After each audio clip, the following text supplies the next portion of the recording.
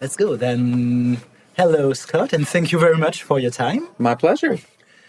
We have some questions to ask to you, and I tried to have some atypical questions, some stuff that we couldn't read online on like your Wikipedia page or whatever, because I think it would be more interesting for us and for you. Sure. And some basic questions.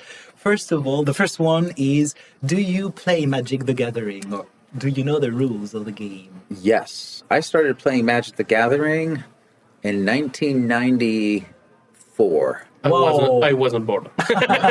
And I played, just before I worked for the game, and I played Revised was out.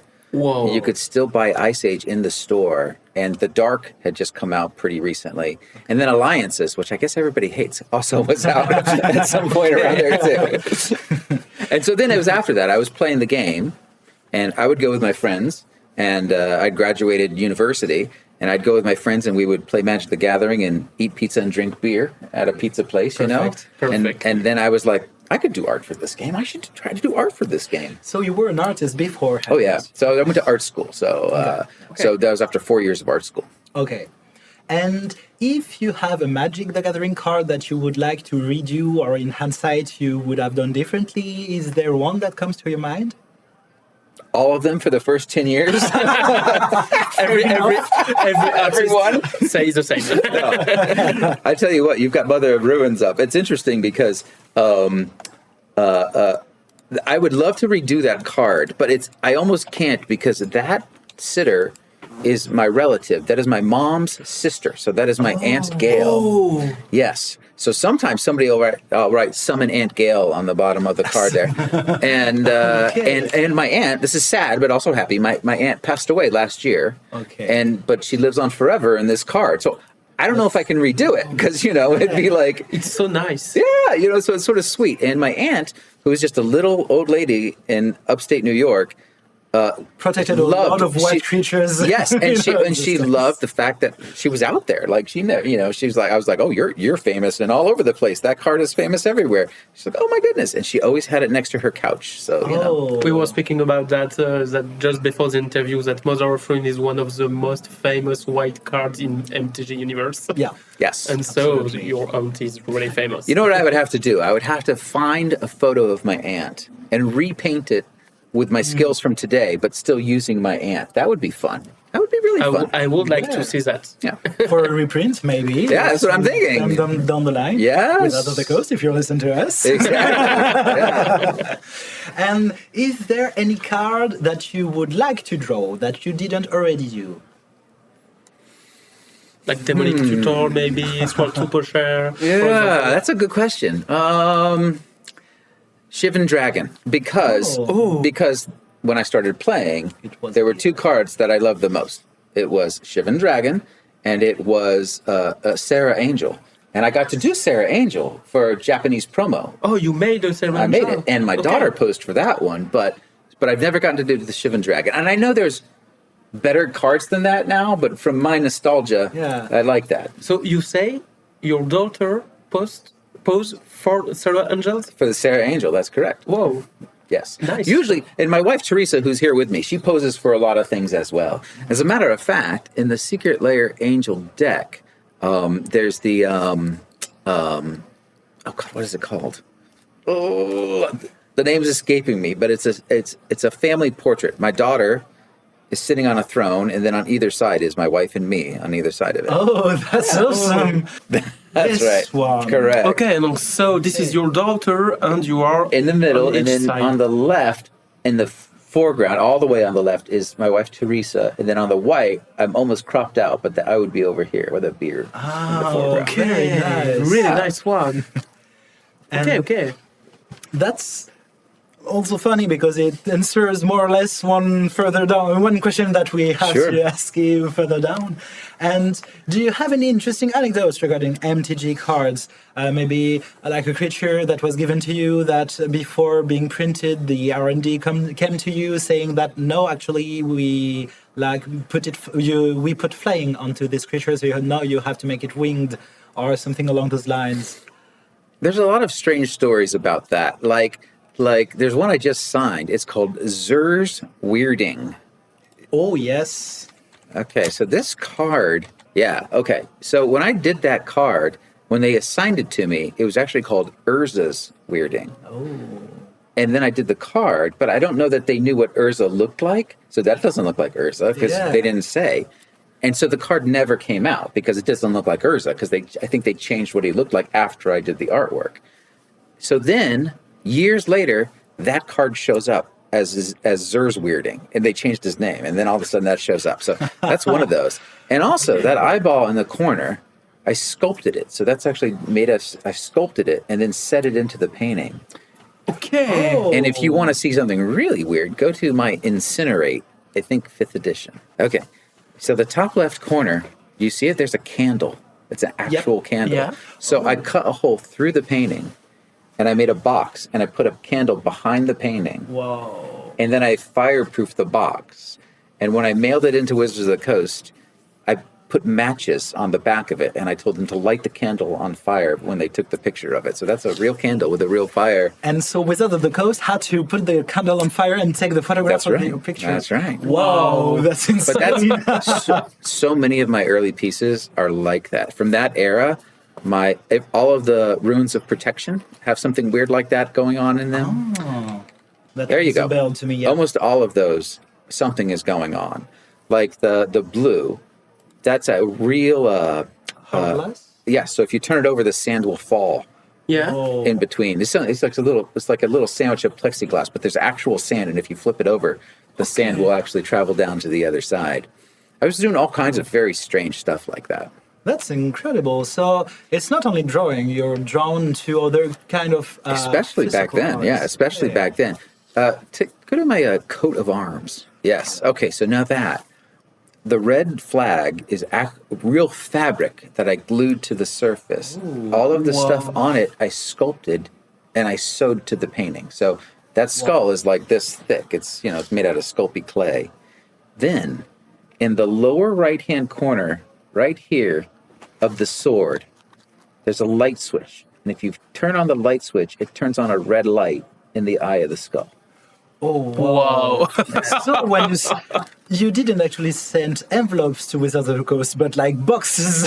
Would. And they told me recently, when you would send your stuff in, Scott, it was like Christmas because we would open it up and be like, "What's this one do? What's this one do?" Yeah, I figure it should be really I know. nice. And now we don't even send paintings anymore because we scan them all at home or we have them photographed. So I don't know if any artist actually mails in artwork anymore. But back in those days, yeah, you had to send the artwork to Wizards of the Coast, who would then photograph it. That's awesome. And is there an art that you are really proud of? Something maybe that's your favorite Magic art? I get asked this question a lot, and it's so hard because there's 200 cards. But if I had to pick one, it would probably be the Force of Will. Okay. Because I really like that painting, and obviously it's a very popular card, and I knew that because I was one of the first ones to ever do it the second time. Maybe the most famous blue one. Maybe. And so I felt a lot of pressure to do that card because I knew if I did a bad job, the fans would have eaten me alive on Reddit. Yeah. They would have let me know. And what's interesting about it is normally the Therese Nielsen version, the Force of Will is always like, and mine is all like, whatever. There is a sort of elegance and I forgot the English word, but subtlety to it. Exactly. And that, to their credit, that was Wizards of the Coast's idea. I said, "Are you sure, you guys?" Because normally there's like, and they're like, "No," because when the players play the card, they're like, like that, and they wanted that to capture that feeling. And they were right because everybody loved it. Nobody gave me a hard time about it, so that was great. Yeah, we feel the power about the card on the character. It's like it doesn't even affect her. like so a easy. Gandalf, So easy. Gandalf Exactly. Grey, like Exactly. overpowered. Yeah.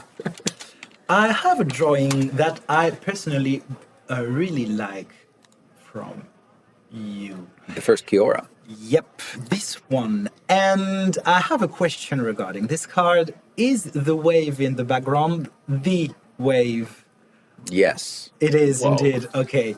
So for those who don't know what I'm talking about, I'm talking about the Great Wave of Hokusai. Yes. If I remember correctly the name. Exactly. It is a Japanese estampe. That is right. That is right. And that's a direct tribute to that wave from that painting. Okay. And it's funny because I think I read somewhere where somebody's like, he's copying that painting. And I'm like, of course I'm copying that painting. Yeah. Come on. What are you talking about? Exactly. Yeah, no, absolutely right. And the fun thing about the Kiora painting is I got to invent her because normally they will style guide a character ahead of time, and then if they send it to me, I have to draw what they drew. But I got to invent that character and the way they looked and everything. So that was really fun for me too. The other thing is when it first came out, it was only for online Magic, and they weren't going to make a physical card. Like they weren't going to make a paper version of it. But eventually, they did make a paper version of it. So I was very happy about that too. So I really do like that painting. That painting still makes me really happy. Oh, and what I base it off of. That piece of artwork is genius. Like if you study that, like as an artist, if you study that and you study the composition of the wave, everything in that original, wave Japanese print is exactly where it needs to be, and it all leads you around it absolutely perfectly. I did a whole article about it actually. So there's a site called Muddy Colors. And I did a whole article about that original print and why it's so genius. Yeah. And I found it really gorgeous. And the thing, when I was starting myself painting a little bit, it was one of the most beautiful drawing that I've seen. It's not a drawing, but yeah. Yeah. And I just discovered that it's not the wave that the drawing is talking about. It's about the Mount Fuji on the background. Yes. And all the fishermen on the foreground that are thrashed by this wave. Yes. And it really made me take into perspective what I saw in first sight of this drawing, which is the wave. Yes. And then you see the whole composition around it, and it's the way the wave goes over and where it leads you. It almost leads you right back to the volcano. Yep. There are so many things about that piece. It's almost like, I don't know, some kind of secret language in the piece. You know what I mean? And do you have any other magic-related works with that kind of inspiration, like you really from a famous painting? Yeah. I would think that's the only one. I'm pretty sure. Okay. I'd have to think about it. It's been a long time, but I'm pretty sure that's the only one that was directly referenced from a painting. But I'm always looking at other artists. You know what I mean? Yeah. Especially artists like John Singer Sargent and Rembrandt and, classical painters and all that kind of stuff. It all comes into play, but that's the one where I specifically went after it.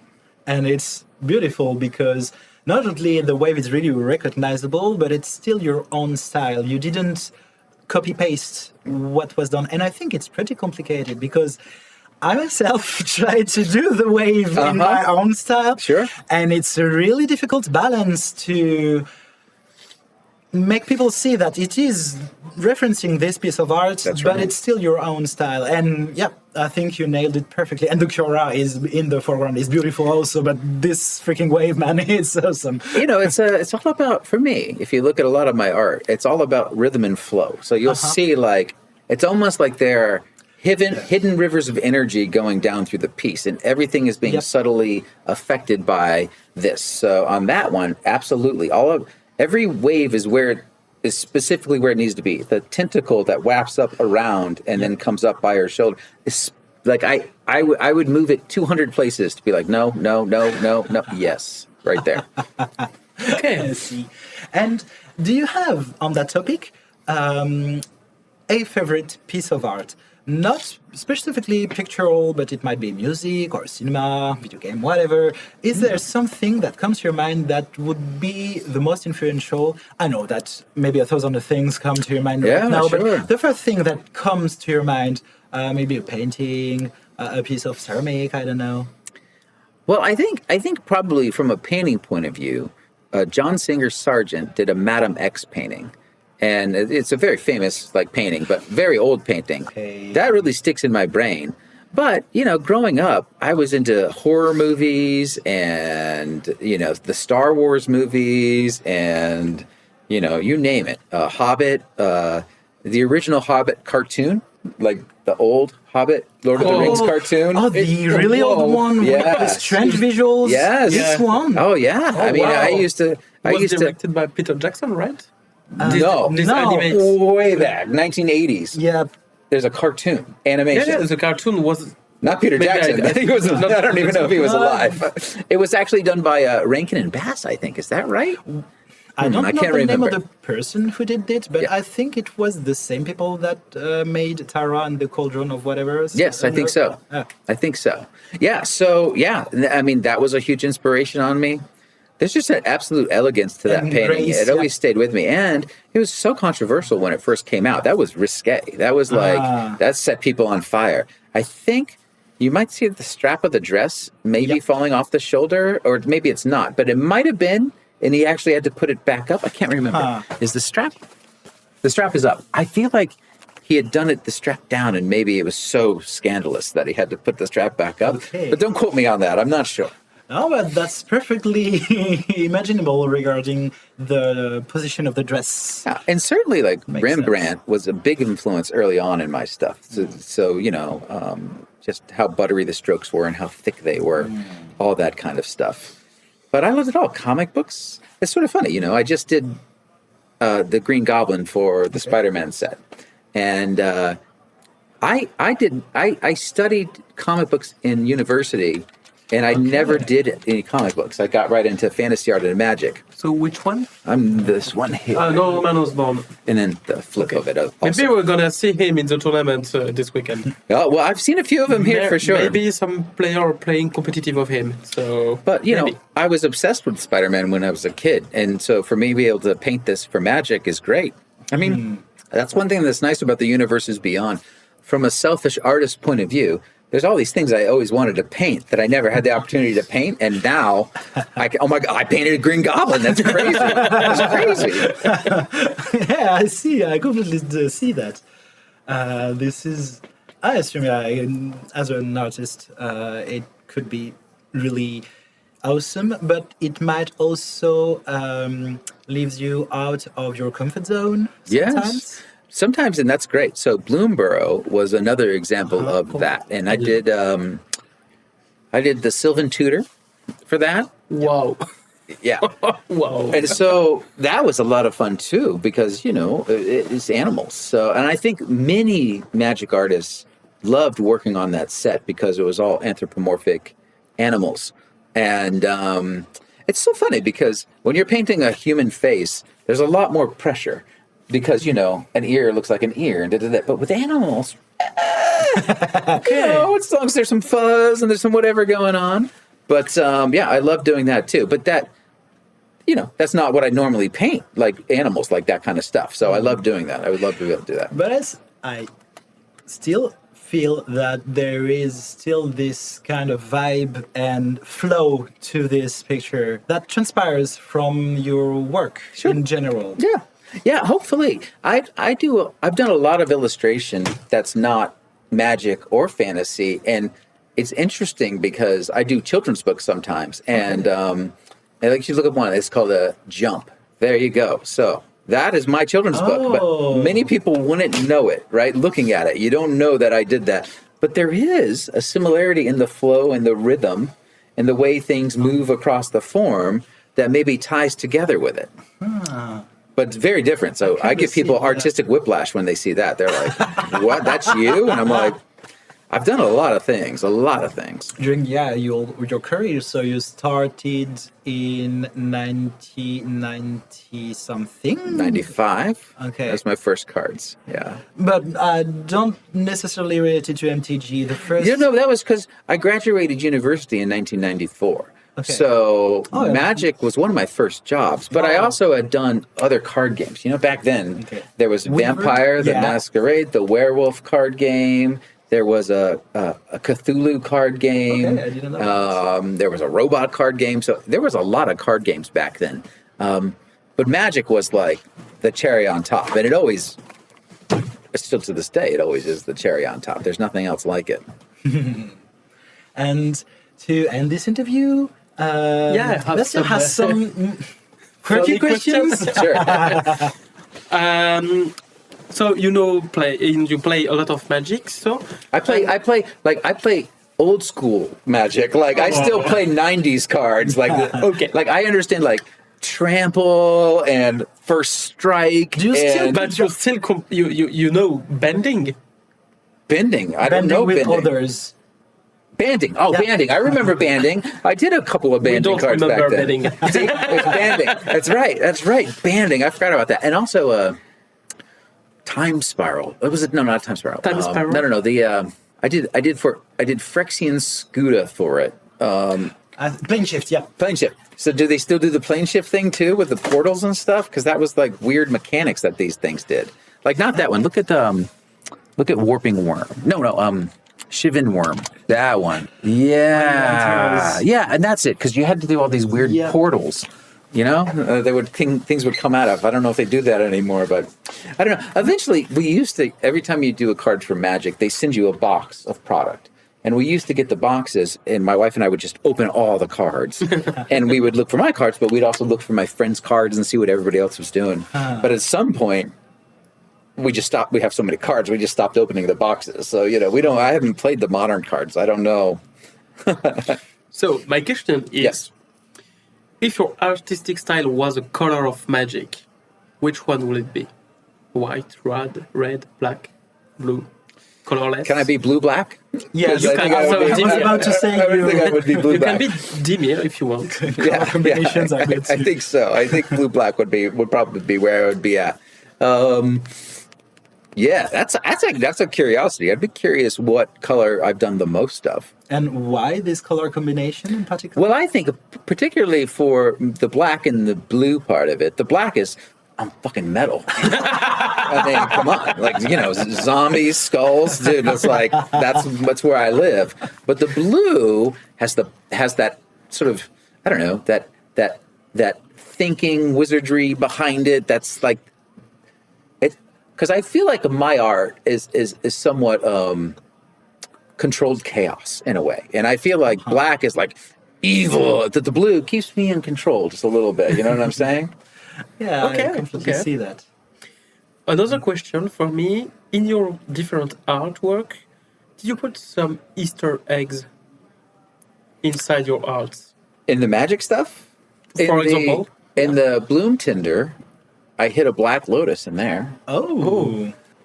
So, Oh, yes. Oh, now, okay. because I was like, well, can she grow lotus flowers? Because she's a Bloom Tinder. They're blooms. Why not? And they were like, that's fine. The other thing I did in that one that was kind of cool is the pots that hold the flowers are all helmets. So they're like Viking helmets or warrior helmets that they grow flowers out of. And I thought that was fun too from a life out of death sort of situation, right? So you've got death, these defeated warriors, and now they're growing life out of these things. So there's things like that I put into the artwork. And still sometimes. this vibe with this like S shape somewhere in Always, the drawing. almost always, right? You're Yeah. going to find some kind of something. Spirals. I do a lot of spirals as well in the work. So, to end this interview, I have a secret question for you. Okay. The secret question comes from your wife. Oh, okay. We made a little job in secrets. Sure. The question is, what is the favorite card of your wife? I would say probably there's a card called Cho Arim Alchemist. The reason I like that is because I did that many, many years ago, but that's my wife and me. Oh. And I think it's kind of funny because, the idea of the card is I'm trying to attack her with a spear and her magic makes the spear dissolve. And then she, plants a kiss on my cheek or something like that. But, when I think about her and I together, that card comes to mind a lot for me. But, she also posed for Sarah Avenger, which is one of my favorite. It is also one of my favorite Magic artwork of all time. That was a really breakthrough card for me because, like, if you look at the previous card, it's very narrative. It's a scene. But when I got to do the time spiral stuff, that's when I started getting almost abstract with my backgrounds and the weird stuff that was going on. And I really embraced that in time spiral. But the first one that I did it in might have been Pristine Angel. So that was an interesting card to do because they sent me what the angel looked like. They had her costume design. But I got to expand the composition and do whatever I want. So if you actually see the original art for that, it goes all the way below her feet, all the way down. And down there, I got very, very abstract, right? Because I knew it wasn't going to be in the card. Okay. So the mental, my brain was like, okay, this is what I'm doing for my client. The stuff, what you see there, anything outside of that box is me. I get to do whatever I want because that's not what they're going to crop. And they loved it. So all of a sudden they were like, do more of this. And then they started doing things. I don't have any verification for this, but because I did that on my Burning Wish, same thing. It's much taller than the actual card. So it goes all the way down way below her feet, the original art in that, right? And soon they started printing all art cards. So suddenly you started seeing full art, and they would take my work and they would be like, well, we've got a lot of extra painting here. Why don't we make an all art card? I feel like the Sarah Avenger might have had an all art card. Yep, absolutely. This version. Okay, so there you go. So that wasn't in the plan, and that's before they were doing a lot of all art cards, right?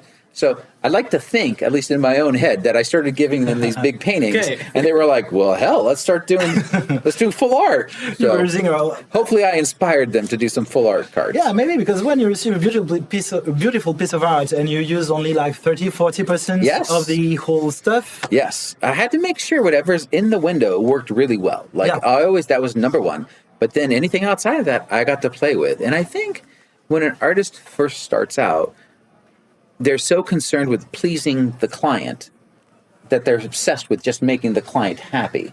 But when they start taking ownership over their own art again and being like, I want to make the client happy, but I also have to make me happy as an artist, that's usually when you find the right balance. And that's usually when you find what you're going for artistically. Because prior to that, I mean, I enjoyed the artwork I did in the early days, but it was very narrative, and it was not too dissimilar from every other artist out there. Do you know what I mean? Like, it was like I hadn't found my voice yet, right? It was like narrative, you'd be a scene, and when I started doing this stuff started getting weird, and that's when people started actually paying attention to who I was. This card rocks, absolutely rocks. I think this and the Cura are among my favorite arts of yours. Thank you. And I think, if I remember correctly, your wife question actually was maybe the inverse. What is your wife's least favorite cards of yours? Oh, yes. That's a very different. That is Circle of Despair. Oh. That's oddball. Not a lot of people know that card. Okay. Okay. So that was very early on. It's a horrible painting. But besides that, that is me sacrificing my wife.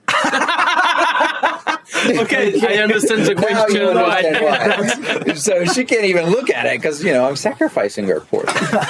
Okay. I didn't know that drawing actually, but yeah. No, I get that question. That explains it. Well, thank you very much for your time.